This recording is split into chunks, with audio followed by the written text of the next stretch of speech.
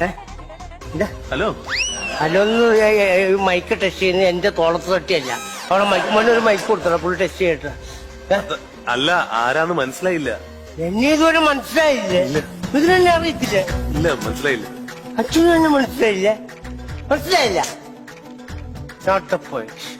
ഇതാണ് ഈ സെലിബ്രിറ്റീസിന്റെ കുഴപ്പം. നമുക്ക് ഇവരെ എത്ര പരിചയം ഉണ്ടെങ്കിലും ശരി, അവരുടെ കൺമുമ്പിൽ ചെന്ന് നമ്മൾ ചോദിക്കുക എന്നെ അറിയാവോന്ന് ചോദിച്ചാൽ അവർ അറിയത്തില്ലെന്ന് പറയും. എന്റെ മിഥുനെ നമ്മുടെ ഗാനഗന്ധർവൻ യേശുദാസ് സാറല്ലേ, ദാസേട്ടനോട് എന്റെ കാര്യം എന്നെ അറിയാവോന്ന് മിഥുൻ ചോദിച്ചു നോക്കണം.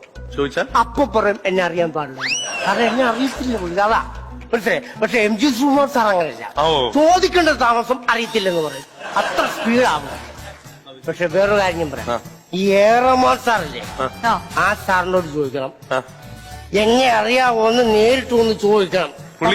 പുള്ളിക്ക് അറിയാൻ മേലൊന്നും പറയത്തില്ല, தெரியாതെന്ന് പറയും. അല്ലാതെ മനസ്സാക്ഷി ഇല്ലാത്തവല്ല അറിയാൻ മേലൊന്നും പറയും. ചേട്ടാ ഒരു കാര്യമുണ്ട്, നല്ലൊരു പരിപാടി, അതിന്റെ ആദ്യത്തെ ഒരു പരിപാടി. നല്ല പരിപാടി. അതുകൊണ്ടാണ് ഞാൻ കള്ളു കുടിച്ചിട്ട് വന്ന് അലമ്പുണ്ടാക്കരുത് പ്ലീസ്. ദയവ് ഇത് സഹകരിക്കണം. കള്ളു കുടിച്ച് അലമ്പുണ്ടാക്കരുത്, ബുദ്ധിമുട്ടുണ്ടാക്കരുത്. നമുക്ക് വേണ്ടി ബുദ്ധിമുട്ടുണ്ടാക്കരുത് ഇവിടെ, മനസ്സിലായോ?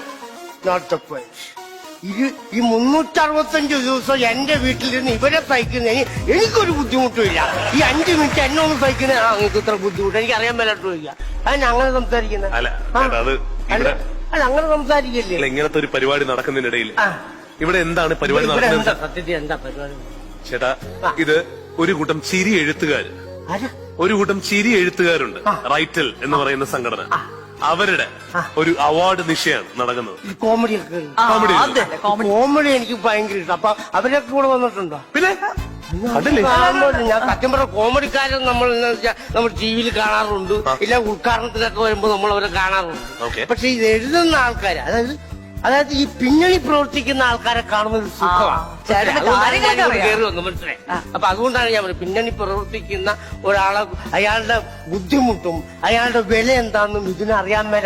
കറക്റ്റാണ്. പിന്നണിക്കാരുടെ ബുദ്ധിമുട്ട് അറിയാവുന്ന ആളാണല്ലേ ചേട്ടൻ? അതെങ്ങനെയാ ചേട്ടന് പിന്നണിക്കാരുടെ ബുദ്ധിമുട്ട് അറിയാവുന്നത്? എങ്ങനെയാന്ന് വെച്ചാൽ, സപ്പോസ് നമ്മളിപ്പോ ഒരു കല്യാണ വീടിന്റെ തലേ ദിവസം നമ്മൾ ചെല്ലാന്നിരിക്കും. അവിടെ പാചകം നടക്കുന്നു, ഇവിടെ കറിക്ക ചെയ്യുന്നു, അപ്പുറത്ത് ചീട്ടുകളി നടക്കുന്നു, ഇവിടെ എല്ലാം ഭയങ്കര തകൃതിയായിട്ട് നടന്നുകൊണ്ടിരിക്കുകയാണ്. ഇവർക്ക് ഇത്ര എനർജി പകരണമെങ്കിൽ അതിന്റെ പിന്നിൽ പ്രവർത്തിക്കുന്ന ഒരു മഹത് വ്യക്തി ഉണ്ടാവും. ആരാണ് അത് ഞാൻ പറഞ്ഞുതരാം. ഈ മഹത് വ്യക്തി ചെയ്യുന്നത് എന്താണെന്നറിയാം? നേരെ പൊരുവെയിലത്ത് പോയി നിന്നുകൊണ്ട് ബീവറേ സ്റ്റോറിൽ പോയി സാധനം മേടിച്ചുകൊണ്ടു പൊട്ടാതെ കൊണ്ടുവന്നിട്ട് നേരെ എല്ലാവർക്കും കൃത്യമായിട്ട് വിളമ്പി കൊടുക്കുന്ന ആ മഹത് വ്യക്തിയെ പിറ്റേ ദിവസം കല്യാണത്തിന്റെ ഫോട്ടോ പോലും കാണത്തില്ല.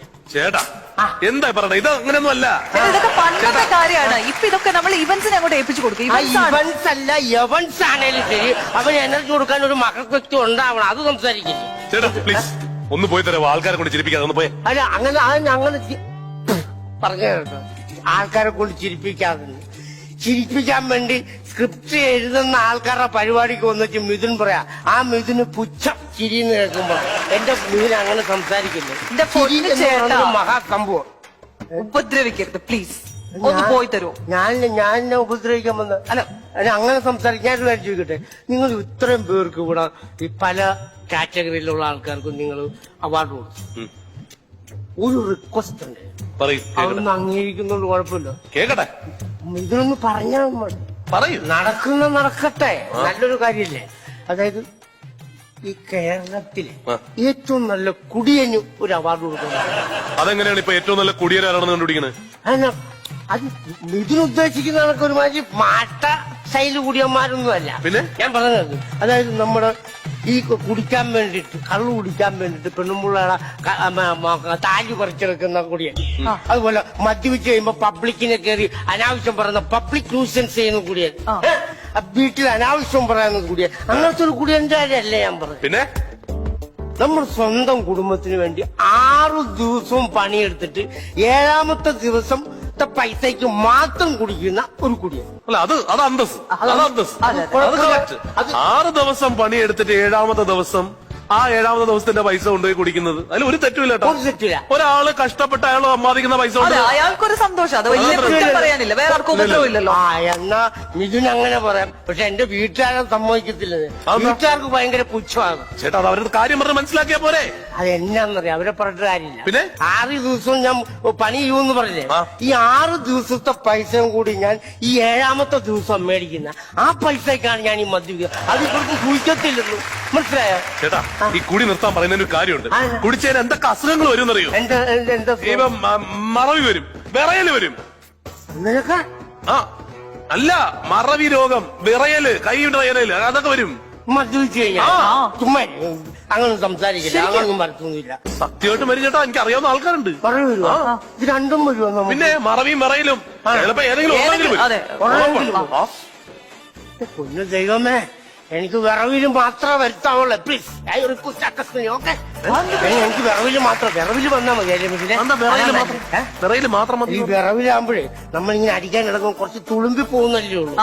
മറ്റേ മറവി വന്നു കഴിഞ്ഞാൽ നമ്മൾ അടിക്കാൻ വെച്ച സാധനം എവിടെ വെച്ചൊന്ന് മറന്നുപോയ പിന്നെ നമ്മൾ എല്ലാം എടുത്തിട്ട് അടിക്കും. ചേട്ടാ ഇനി കൂടുതൽ നേരം നിൽക്കുകയാണെങ്കിൽ നമുക്ക് ഇവിടെ അടിയിൽ എഴുതി കാണിക്കേണ്ടി വരും മദ്യപാനം ആരോഗ്യത്തിന്. ഇതാ കുഴപ്പം. ഇതാണ് നിങ്ങൾക്ക് എല്ലാവർക്കും മദ്യപാനികളെ പുച്ഛമാണ്. നിങ്ങൾക്കറിയോ, എന്നെപ്പോലുള്ള മദ്യപാനി 8 മണിക്കൂർ നേരം പണി ചെയ്തിട്ട് അവന് ഇഷ്ടമുള്ള ഒരു സിനിമ കാണാൻ, ഒരു പ്രിയ താരങ്ങളെ കാണാൻ ഒരു ഷൂട്ടിംഗ് ലൊക്കേഷൻ ചെന്ന് അവൻ അവിടുന്ന് പറഞ്ഞു കൊടുക്കും. ഇതുപോലെ കൂടുന്ന സ്ഥലത്ത് നിന്ന് അവിടുന്ന് പറഞ്ഞു കൊടുക്കും. പോട്ടെ, നമ്മൾ സിനിമ കാണാൻ ചെല്ലുന്നു. ആ സിനിമയിൽ അവൻ ഏറ്റവും ഇഷ്ടപ്പെട്ട മദ്യപാനത്തിന്റെ സീൻ വരുമ്പം അതിന്റെ ഒരു വെണ്ടയ്ക്ക അക്ഷരത്തിൽ കാണിക്കും മദ്യപാനം ആരോഗ്യത്തിന് ഹാനികരമാണെന്ന്. അത് ജനങ്ങളെ ബോധവൽക്കരിക്കാനാണ് ചേട്ടാ. സമൂഹത്തിന്റെ നന്മയ്ക്ക് വേണ്ടിയിട്ടാണ് അങ്ങനെ എഴുതി കാണിക്കുന്നത്. അങ്ങനെയാണ് ഞാൻ ചോദിക്കട്ടെ, ഈ അടി ഇടി വെട്ടു കുത്തു കൊലപാതകം ഇതൊക്കെ സമൂഹ നന്മയ്ക്ക് വേണ്ടിയിട്ടുള്ള ആണോ? അല്ല എനിക്കറിയാൻ അല്ല അച്ഛൻ പറ. അതെന്താ പറയാത്തത്? ഇതൊന്നും ഇവിടെ നമ്മുടെ ഇത് എഴുതി കാണിക്കുമ്പോ അതൊക്കെ അതും കൂടി എഴുതി കാണിക്കും. നിങ്ങൾക്ക് അങ്ങനെ പ്രശ്നമുണ്ട്. സെൻസർ ബോർഡിനോട് പറഞ്ഞ സെൻസർ ബോർഡിന്റെ കാര്യമാണെന്നൊക്കെ. സെൻസർ ബോർഡ് അതാണ്. സെൻസർ ബോർഡാണ് ഈ നിയമമൊക്കെ ഉണ്ടാക്കുന്നത്.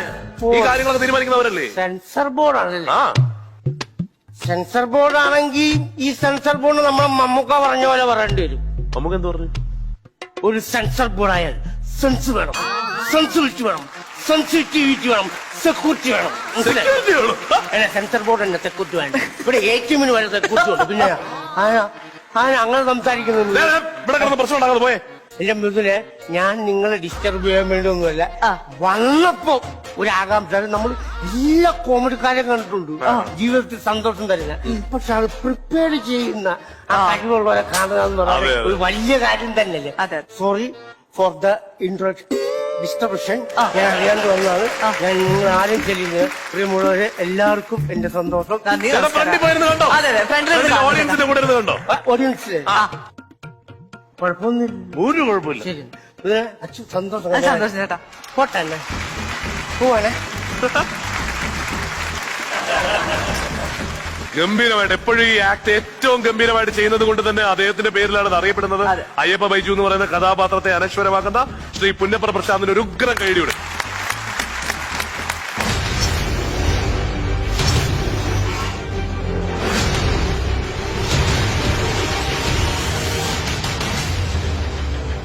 റൈറ്റൽ മലയാളം കോമഡി അവാർഡ്സിൽ ഇനി അടുത്ത അവാർഡ് എന്ന് പറയുന്നത് മികച്ച നടിക്കുള്ള അവാർഡാണ്. Best actress in a humour role.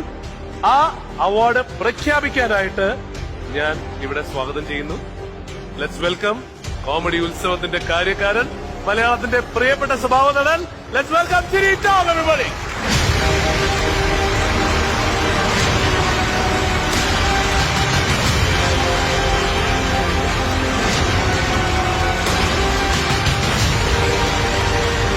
എനിക്ക് തോന്നുന്നു തിരിച്ചേട്ടന് ഒരുപക്ഷെ ഞാൻ ടെലിവിഷനിൽ ഒരുപാട് എഴുത്തുകാരെ ഇൻട്രൊഡ്യൂസ് ചെയ്തിട്ടുണ്ട്, ഒരുപാട് പേരുടെ കൂടെ പ്രവർത്തിച്ചിട്ടുണ്ട്, എഴുതുന്ന ആളാണ്.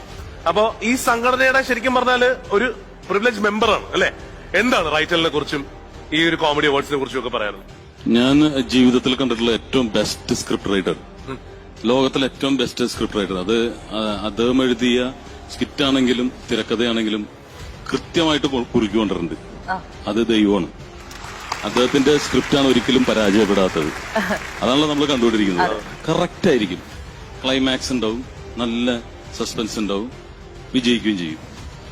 അപ്പോ ഇപ്പൊ ഇവിടെ ഇങ്ങനെയുള്ളവരും ഒരുമിക്കുന്ന ഒരു വേദിയാണ്, അഭിനയിക്കുന്നവരും എഴുത്തുകാരും. യഥാർത്ഥത്തില് ഇവിടെ ഇരിക്കുന്ന ഓരോരുത്തരുമായിട്ടും എനിക്ക് പേഴ്സണലായിട്ട് ഒരുപാട് പറയാനുണ്ട്. അതിനുള്ള സമയമില്ല നമുക്കിവിടെ. എന്നാലും ചിലതും നമുക്ക് മാറ്റി നിർത്താൻ സാധിക്കില്ല. ഇപ്പൊ തുടങ്ങുമ്പോ സിദ്ദിഖ് ലാലിൽ നിന്ന് തുടങ്ങിയിട്ട് ഇങ്ങേ അറ്റത്ത് വന്ന് നിൽക്കുന്ന ബിബിനും വിഷ്ണുവും. ഇപ്പോ വിഷ്ണു എന്റെ അനിയനായിട്ട് ഡയറക്ടർ സിദ്ദിഖ്, അതായത് നമ്മുടെ നമ്മുടെ റൈറ്ററിന്റെ രക്ഷാധികാരി ചെയ്യുന്ന സിനിമയിൽ എന്റെ അനിയനായിട്ടാണ് വിഷ്ണു അഭിനയിക്കുന്നത്. അപ്പോ ഒരു വൈറ്റൽ കുടുംബത്തിന്റെ കുടുംബം തന്നെയാണ്. കാരണം ഇപ്പൊ ബിബിൻ യഥാർത്ഥത്തിൽ ഒരു മാജിക് ആണ് അത്. പക്ഷെ യഥാർത്ഥത്തിൽ നമ്മൾ പറഞ്ഞില്ലെങ്കിൽ അത് ഏറ്റവും വലിയ കുറവായിരിക്കും. ഇന്ത്യയിൽ തന്നെ എനിക്ക് തോന്നുന്നു എന്തെങ്കിലും ഒരു കുറവുണ്ടെങ്കിൽ ആ കുറവ് നികത്തിയിട്ട് ഏറ്റവും കൂടുതൽ സാറ്റലൈറ്റ് റൈറ്റ് കിട്ടിയിരിക്കുകയാണ് മാർഗംകളി എന്ന് പറയുന്ന ചിത്രത്തിന്. അത് നമ്മൾ പറഞ്ഞില്ലെങ്കിൽ പിന്നെ വേറെ ആർക്കും പറയാൻ സാധിക്കില്ല. കാരണം ഒരു ന്യൂ ഫേസിന് കിട്ടാവുന്ന മാക്സിമം സാറ്റലൈറ്റ് റേറ്റ്. ഞാൻ പറഞ്ഞത് ഈ ഒരു സമയത്ത്, ഈ വെള്ളപ്പൊക്കം ഉള്ള സമയത്ത് നീ ദൈവത്തിനോട് നന്ദി പറയണം. കാരണം ഇരു കൈയും നീട്ടി നിന്നെ സംരക്ഷിച്ചിരിക്കുകയാണ്. ആ ഒരു പടം ഭയങ്കരമായിട്ട് ആൾക്കാർ പറഞ്ഞുകൊണ്ടിരിക്കുന്ന സമയത്താണ് നമുക്ക് ഇങ്ങനെ ഒരു പ്രകൃതി ദുരന്തം ഉണ്ടായത്. പക്ഷെ അവൻ ചെയ്ത 2 സിനിമയും സക്സസ് ആയി. അപ്പൊ നമ്മുടെ കൂട്ടത്തിൽ നമ്മുടെ അനിയനാണ്, നാദർശിക്ക കൊണ്ടുവന്ന 2 മക്കളാണ് അപ്പുറത്തുപുറത്തിരിക്കുന്നത്. ഈ ഫ്ലവേഴ്സ് എന്ന് പറയുന്നത് എന്റെ ഇപ്പൊ എല്ലാമാണ്. ഒരുപാട് പേർക്ക് നമ്മൾ നന്മയാണ് ആഗ്രഹം. എന്റെ വീട്, എന്റെ കുടുംബം എന്നുള്ളൊരു ചിന്താഗതി മാറ്റിയിട്ട് ഒരുപാട് പേർക്ക് സഹായം ചെയ്യണമെന്ന് ചിന്തിക്കുന്ന ഒരേ ഒരു ചാനൽ ഫ്ലവേഴ്സ് ആണ്. അതിൽ യാതൊരു സംശയമില്ല. അതിന്റെ ഭാഗമാകാനും അതിന്റെ തൂണുകളായിട്ട് നമുക്ക് നിൽക്കാനും സാധിച്ചു. അപ്പൊ ഇതൊക്കെ പറയേണ്ട ആവശ്യമില്ല. പക്ഷെ ഈ ഒരു സന്ദർഭത്തിൽ എനിക്ക് കിട്ടുള്ളൂ. അതുകൊണ്ടാണ് ഞാൻ പറയുന്നത്. നല്ലൊരു നടിയേക്കാൾ ഒരു നല്ലൊരു മനുഷ്യ സ്ത്രീയാണ്.